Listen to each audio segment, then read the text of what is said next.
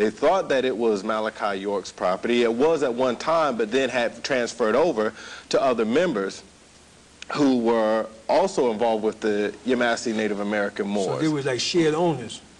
Right, of which Malachi York was not one of. So that's basically like if I did something wrong and I was at one time at the house that you now own, they come in and raid your house because I lived there at one time without going through the proper procedure of making sure that your name was on it for them to come there. I'll follow you. And another big part of it is a whole issue of jurisdiction. And the reality of it is that Malachi York, who's affectionately known to us as Chief Black Thunderbird Eagle, chief of the Yamassee Native American Moors, is a Native American. Some people choose the term Indian. Some people choose the term Indian, but he is a Native American. Okay. And thus falls into a different type of jurisdiction than the way they're treating him currently within this system.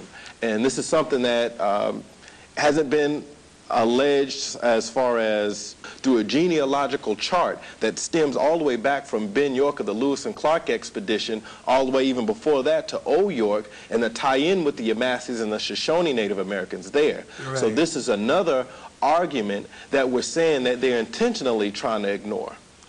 Oh, I see. Now, what other involvement have you had with Dr. York and the nation? Okay, well, in regards to the property, because I have educational background in the engineering field, civil particularly, I had taken on the position of getting involved with different things involved with the structures on the property. In other words, when there was building permits that were required to be obtained, if there were a liaison needed between the owners and general contractors or other engineers, I was involved in that.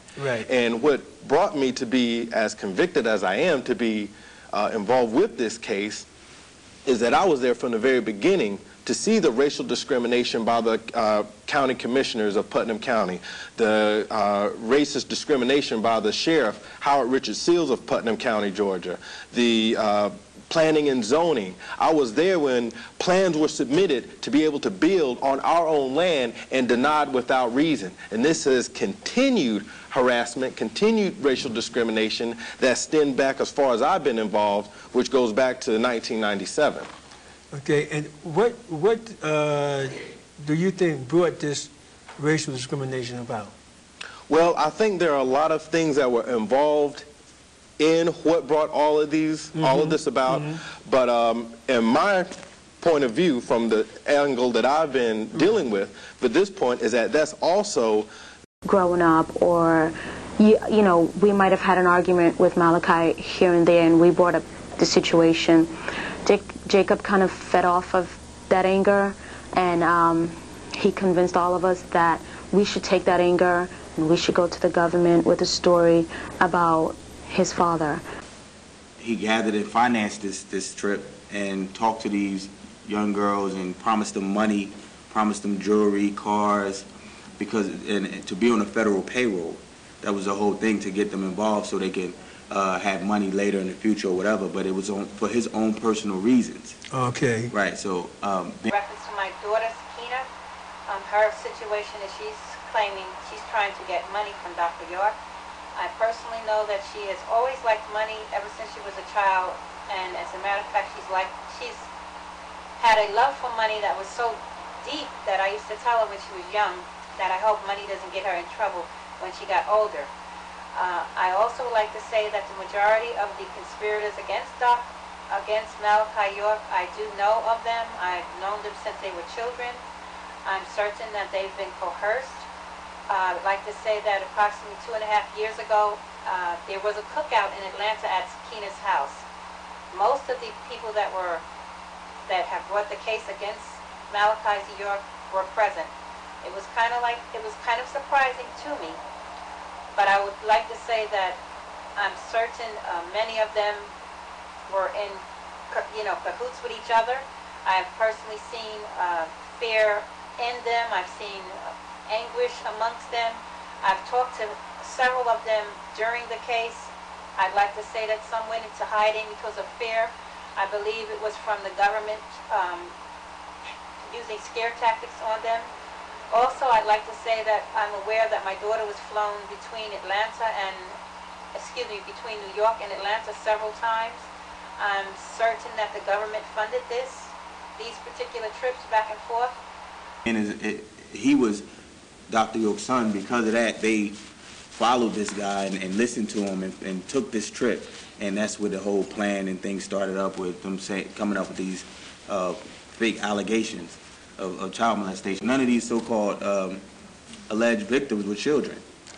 None of them. These are all grown adults who have previous histories. Wait a minute, hold on. Let's say that again. None of these alleged victims were children? None of these alleged victims were children. All of them were adults who had backgrounds known for their obscene sexual behavior, known for doing drugs and going to parties and being unruly when we as an organization, as a tribe, try to keep our culture in line and give a positive influence for our children. They were doing the opposite. So it was easier for Jacob York to contact these members who were already upset and mad because they couldn't, no longer participate because of their disobedience and going against the rules and regulations that we had set up. So he gathered them, and because of whatever his, I don't know what he promised them, his influence in the music industry, he would take them to parties and introduce them to certain stars, and that's how it all started up. But he's the axis of it, and that was prevented in the court. The judge did not want the jury to hear that because it would have just shut the case. But I mean, they would have had to let Dr. York walk out. Because the motive would have been a lot of liquor. There was room hopping going on in the trip. People would be in rooms with other people, and they would go from one room to another. One case in point, Lemuela Roach, who's Safad Roach's brother, she was in the room. He was in the room with Ada and everyone. We were taking pictures. If people were room hopping, there was liquor involved, and it was crazy. People are like this all the time. This is what they do every single day. I know them very well because a few of the girls that left the land, they went to my father's house because my father said that they could stay there until they could get on their feet. And from my house, they went to Jacob's house, and just about all the girls involved in the case stayed there with Jacob, and I know for a fact that they were having sex with Jacob because they talked about that all the time, and never once did they bring up the fact that, they were being molested by Mr. York or anything of that nature. But on the trip, they would sit down and have conversations about making sure that their stories were flawless so that it would look credible. And the stories had to involve child molestation because Jacob said that it was easy to make allegations on someone with child molestation because it's a believable case. The motive would have been established, and that's the conspiracy there. I mean, he actually came to me. I know him personally. This is not something that's going on hearsay.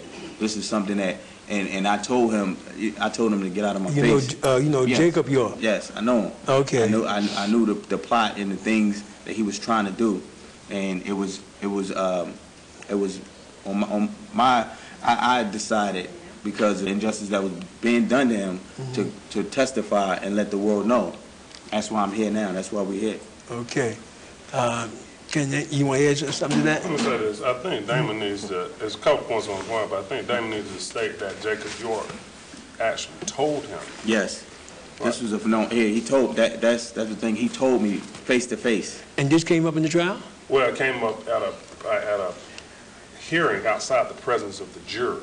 Okay. So when Damon states that he testified before the judge outside the presence of the jury so the judge can make a determination as to whether this evidence can come in. He actually stop for a second. He actually screamed. How did he get, I'm just asking this question, right. How did he get to testify to the judge outside the presence of the jury? All right, it's a legal evidence.